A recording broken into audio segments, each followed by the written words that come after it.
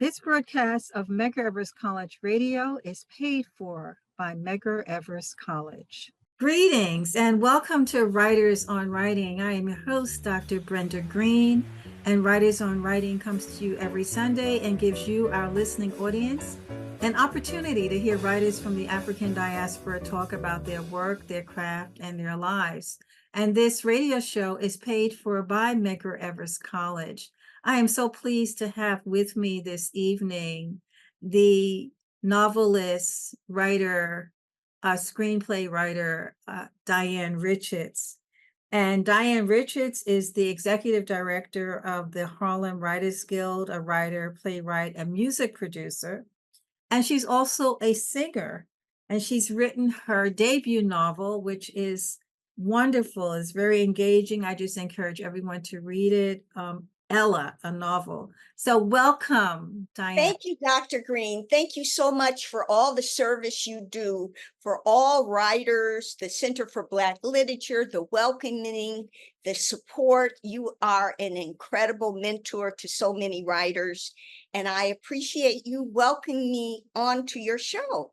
Well, thank you again. And it's a pleasure to have you. And I appreciate the support that you have given us and the work you're doing with the Harlem Writers Guild and ensuring that that legacy is sustained. Thank John you. Oliver Killens would be smiling, and very pleased. That's great. Okay, so we're going to begin. So you've written Ella, and I have to say, as I was reading the book, I had to go back and play some of the songs of Ella because I really didn't remember a lot of them. So I sometimes had that in the background. But tell us why you were motivated to write this origin story of Ella, which is fascinating and really engaging. Well, I wanted to say this, we're heading into the holidays. And when we go into the holidays this year, there's going to be this fabulous, wonderful voice as we shop and get gifts for family and friends. And most likely it's going to be Ella Fitzgerald's velvet, wonderful, welcoming, lovely voice. People, when they think of Ella Fitzgerald, they think of her on television with Frank Sinatra, with Louis Armstrong, with even singing along with Marilyn Monroe, different celebrities, a tasket on the movie. Everything is wonderful. And they'll know Ella as being very discreet and private and not talking about her family or her background. I think there's one story interview that is just now become public when she had something to say about the sicking of dogs in Selma and the demonstrations and all the turmoil that was going on during that time of us trying to desegregate the bus system, right, in Selma.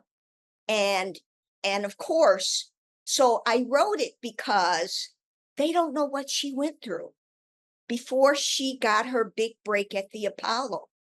And I was driven to think about this young Black orphan during the Depression. How did she become the lady of song? Yes. What was in her that drove her to do? How did she do it? Because in the 1920s, the 1930s, because she was born in 1917, but she was a teenager in the 1930s. Harlem, New York, we were in the midst of so much racial strife, economic turmoil. Black people were just running, trying to escape out of the South, Dr. Greene, and trying to find a place in Harlem. Right. And you bring all of that up. You chose to write this as historical fiction rather than writing a biography. And I know that you did enough research, probably you could have written it as a biography. Why did you choose to write it as historical fiction? I felt it so strongly, and because uh, uh, I've been told through my writing career that I'm a voice writer, and when I write my plays and when I write things, I just go into the emotions and the feelings of the characters. And I felt her so closely. And also I'm a little superstitious. When I was singing, I was interviewed and I was asked, who is your favorite singer? And I went back and because I love Diana Ross. But when I went back to Impact Magazine, I had said Ella Fitzgerald, Oh, my okay. favorite singer. Can you believe that? Even Okay. though I wanted to be a Supreme and everything. Who didn't want to be a Supreme, Yes. when we were growing up? But it was I imagine myself as Diana Ross. exactly. But my favorite singer was Ella Fitzgerald. And I would have more access. I wanted to imagine what it was like for her. And I wanted to explore what was inside of her because we we win when nobody else is winning, as you know recently. We can win when nobody else can. Yes, yes. And I was struck. I wanted more access and I knew it was going to be historical. So I just imagined myself being her, Okay. losing a mother, wanting to dance, looking at my mother, and I don't know, taking care of people's babies, cleaning their houses. These are things that we did to survive, Yes, and we still do it to survive. we still do. So are there any parts of that that you related to personally? Because you wrote historical fiction. So many people use their own narrative, their own personal narrative as the inspiration for writing, particularly their first novel. Are there ways that you related to Ella? Absolutely. She wanted to leave Yonkers to come to Harlem to be a dancer. And her mother told her she could do it. I left Milwaukee, Wisconsin at 17. No, I was 19. I wanted to get out of Milwaukee, Wisconsin in pursuit of a singing career. So that was something that Ella did that I did.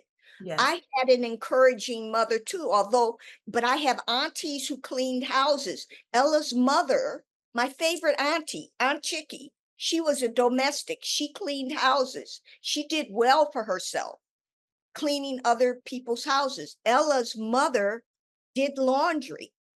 And I remember the washing machine in my grandmother's basement, the wringer. And yes, that's in the book. That's in the yes, book. And the scrub board. I yes, remember that. And yes, also, there's a lot of feelings of Ella couldn't have ice cream or go into the Thompson ice cream store on 125th Street. In Milwaukee, Wisconsin, when I was growing up in the 50s and 60s, the neighborhoods were segregated. And if you went downtown to the white establishment, restaurants, and all of those things, you had to be very careful. You were suspect. right. And that was several decades later. So tell us about the research that you did to really uncover the story and to help you imagine what she had been through. Because one of the interesting things is I think you reveal facts and a story that people had not even thought about. What kind of research did you do? I read her biographies, done her official and unofficial biographies. I read, and the story still came up that she was sent to the New York training school for girls. That was a fact. Okay, I saw documentation that during those days in that school, she was called ungovernable, which let me know Ella had a fighting spirit. You Yes. didn't see that when she became famous and she was singing, you didn't see her fighting spirit, but she had to have a fighting spirit to get through. Ungovernable, although they could label you that for just speaking back. But I took that like she became supporting other girls to get their freedom and to have a voice and all of that in that school. Okay. I watched YouTube, everything I could find. I went and I got studied the Apollo, studied Ralph Cooper the day that she actually went on stage. She wanted to she was supposed to dance, but she didn't Right. want to follow there were some sisters that could really dance. Right. I listened to Ella's own voice on any documentaries that I could find. Okay. And I felt that, to get by and to survive, we've had to hide. We've had to put a false front or Yes. soften what we really want to say and do to stay alive. And so to move in different circles. Her manager took her out of the jazz clubs and and took her to other clubs. And she didn't don't offend the white people, don't offend, be demure, don't be outspoken, you'll upset people. Yes. So just following up on that. So you're exposing how you talk about a number of themes. So one of them is the overt and covert racism she experienced, the sexism. Do you want to can tell us a little bit more about that on how why that theme was important for you to expose? And then you also, of course, the mother-daughter relationships. Talk about some of the themes. Let's zero Well, one in of on. the heartbreaking things in the story that I bring about is that this was during the Depression, and during the Depression, people were in soup lines, and um, her mother was the primary supporter. And I believe that that is factual from the different things that I read, because her stepfather, Joe Da Silva, was a chauffeur. He did odd jobs. So they actually gave an establishment name for Tempe, her mother's workplace. So her mother needed her help to keep food on the table, to Right. keep them housing. So there was this, I suspected that, well, I created this fiction wise. How can you tell me I can be anything I want to be, but now I have to go and do laundry like you? I'm disappointed, Mom. And I'm gonna fight that. I don't want to do that. I want the Connie Boswell. I want to sing and dance like like you told me I could, right? And so I brought that out, um and I would think that her mother did support her, did love her, did encourage her to be more than herself, because they came up from the South. They left Virginia for a better life to the North, and they lived in the Yonkers. So her mother, they were trying to do better. Right. So I took some of that. Now, the racism is that clearly when she went to the New York training school, the white girls were in different areas of that training school. They were treated differently. They were taught different home economics and sewing and cooking, while the Black girls were in dingier dwellings, Mhm. and they were taught how to plant, food and plow the earth and do the laundry, and told that they weren't anything. So that they were animals, and you people. And I really played that up with the women that supervised the New York training school. And Right. she did run away. She did run away from that school. Yes. Well, you talk about how she suffered so much, and one line that really struck me. I pulled this out. Death had stalked Ella so much she was sure it was waiting for her around every corner. Grief was cold and metallic tasting on the roots of her mouth. It wouldn't disappear no matter how many times she swallowed. I mean, I think that was just so powerful. Death and grief and the fear. I thought that was really powerful the way you captured that. That actually, my mother died very young, so that's another similarity with me and Ella. My mother died, and I believe she died, Dr. Greene, from working and the racism in Milwaukee. She died at 42. Oh, I'm sorry. My And condolences. that's many, many years ago. And as I continued to live, I wondered if I was going to make it past her age, because 42 is extremely young. Yes, it is. Uh yeah, I I believe in life that for Ella, you know, although this is only a small period of her life, I might not be done with Ella. I may want to go past that day, as that period of time when she won the award. Um, there was so much tragedy to get get past. How do you do that? I just am extraordinarily taken with what is not really revealed about the strength of Ella Fitzgerald. And I believe that she used music and the love of music first to escape and then to communicate with people and to create her own family. Yes. Now, Okay.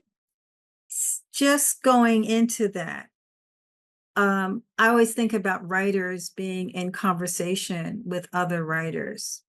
Are there other stories of famous people or musicians or writers or scholars that you thought of that really helped you to help to inform how you portrayed Ella Fitzgerald? Like who did you read? Who were you said you talked about in your research you read the biographies, but are there other kinds of books that you read to inspire you to tell the story the way that you did? Well, I love Dr. Maya Angelou's life. Her life was, she got a lot of accolades and a lot of awards, but she had a tough life. She did. Living in the South and being shipped on a train, her and her brother alone, uh, because her parents couldn't take care of her.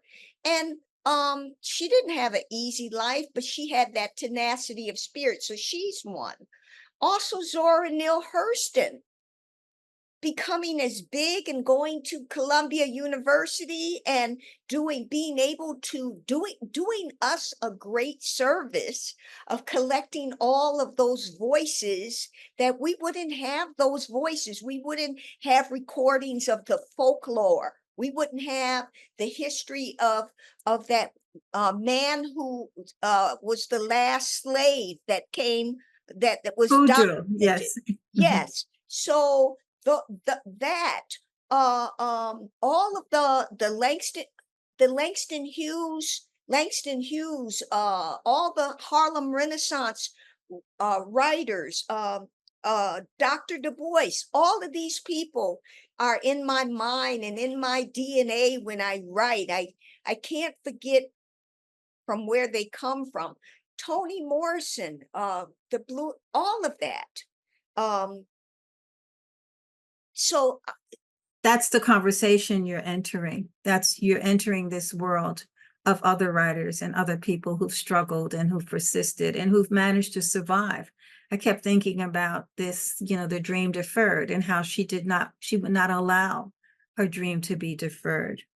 So just mhm. continue. Talk a little bit about your own writing process.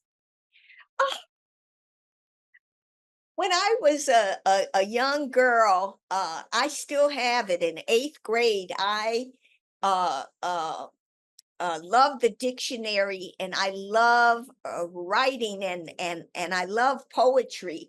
And I wrote a poem, and I'll never forget. I wish I knew the teacher's name. I have that original piece of paper. I wrote a poem, and the teacher wrote, "You write like Walt Whitman." Wow. In 8th grade, okay? No, it was even before 8th grade, because that's almost going into high school. But it was, so I had a fascination with that. My grandfather was a political union doc leader. He's in Congress records.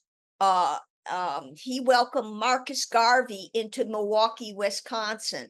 So we were always politically aware and active in Milwaukee, Wisconsin. My mother bought us the Encyclopedia Britannica, and I was obsessed with it. I was always in there, and I loved writing, and they named me the poet laureate of my high school Wow. class. What an honor. So I had to decide, do you want to be a writer or a singer? And when my singing did not go where I wanted it to go, I said, you know what? Let me get my degrees. Let me go back to school. I love writing. I love this. I love thinking about things. I love it. And I can write. I can write on demand. So I have always loved writing. And I think I also saw my father reading and writing, and my grandfather at that time, this my father's side of the family, which, Dr. Greene, I need to really look up where they are. They were my grandfather, Samuel Alonzo Richardson, was a certified doctor. He was a physician in the 1930s. So this intellectual reading, having credentials and these things is in my blood, and I want it, and I respect it, and I love it. But I also, out of nowhere, wrote Soa's Red Gravy Stories. I think when my mother died young and my grandmother died and everybody was dying, I just think that character Soa's floated to me, and she started writing things. And when I joined the Harlem Writers Guild, Grace Edwards said to me, you write like Zora Neale Hurston." I said, "Who is she?" I didn't know who Zora Neale Hurston was. I didn't know. But those Southern voices, the Southern language from my family, they had come from Mississippi, the South Carolina. They had come to Milwaukee, and I knew them. And then the Geechee voices, my grandmother, the Geechee language. Yes. So that's what they mean when they say you're a voice writer. So just going back to what is the process? Do you write every day? Do you set aside a time? Do you have to you go away and write for a sustained period of time? What is your writing process? I can write on demand. I can write on demand, Is and that that what you do? Is that what you did for yes, this I book? do. I don't care how I feel. You tell me you want me, and I love Woody King telling me when we were doing our play, he said, "Now, Diane, I want to talk to you." He said, "Now, I know how writers are." I said, "Okay, Woody." He said, "Now, when I give you something, you're going to have to write." I said, "Woody, you're not going to have a problem with me. I'm going to write it." And he would have it overnight. And when I've worked with editors, they would say, "You're writing too much. You're writing too much. I can't deal with this. Just write this much, you know." So that happens. Do I write every day? No. Should I write every day? Yes. But the Harlem Writers Guild meets the second and the fourth Wednesday of every month. And during that time, yesterday, we just wrote on demand because people were showing up. I said, "No, we're going to write on demand. Just go and write. Stream of consciousness or create a care. Write for 3 minutes. Do it now." And I learned that I take a lot of classes and stuff, Dr. Greene. So Okay. I learned that because I've been taking classes on writing for over 30 years now. Okay. So you're underscoring the importance of understanding the craft and practice. You know, it's you can be a good writer, but you also have to study the craft of writing. Talk a little bit about that. Why is it important? Because there are many people who think, "Oh, I'm a writer," but Oh, no. Oh, no. Oh, no. You have well, I highly recommend, okay? I wouldn't want to smash anybody's dreams of writing because you didn't do this or that, but it will be an instrument for you. It is so wonderful to learn the craft, to learn what is exposition, what is narrative, what is a scene, what is rising action, what is a climax, what is resolution, what all these things, what is conflict, how do your I mean I can go on and on about these things, and I've gone to classes and I still need to go to more classes. I still recently I'm in the Dramatists Guild and I go to classes. so you're in the I'm in Dramatists Guild, you're in the Harlem Writers right, Guild. right. So you I are yeah. You never you're can living learn the enough. writing life. It's the writing. Oh, I gotta tell you, I shared with the guild yesterday that I want to be in Paris, Dr. Greene, on the Champs-Élysées, and I want those black windows that open up and Yes. you can look out, and I want to lay on the bed like Dr. Maya Angelou did. There's a picture of her writing. She's spread across the bed and she's writing. But I want to do it for 2 weeks or so.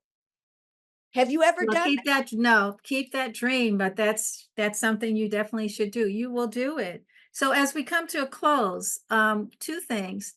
How do you think your screenwriting or your playwriting has informed the production of this novel? And then what is your next project? What do you Okay, have to look for? well, right now I have how does because when you have, I should say screenwriting or playwriting because you right, both of them, because because in both of those genres, screenwriting and playwriting, you have scenes. And in scenes, you have characters and they are doing action in that scene. And usually the action has to be stimulated by some conflict in that scene in order to move the action forward. So, what I'm working on now, which I'm very excited about, I have a very good friend who is in everything right now, and we wrote a project together. She took a screenplay that I have, and I wrote it as a pilot. So I am right now, that project, it takes a long time to get studios behind something.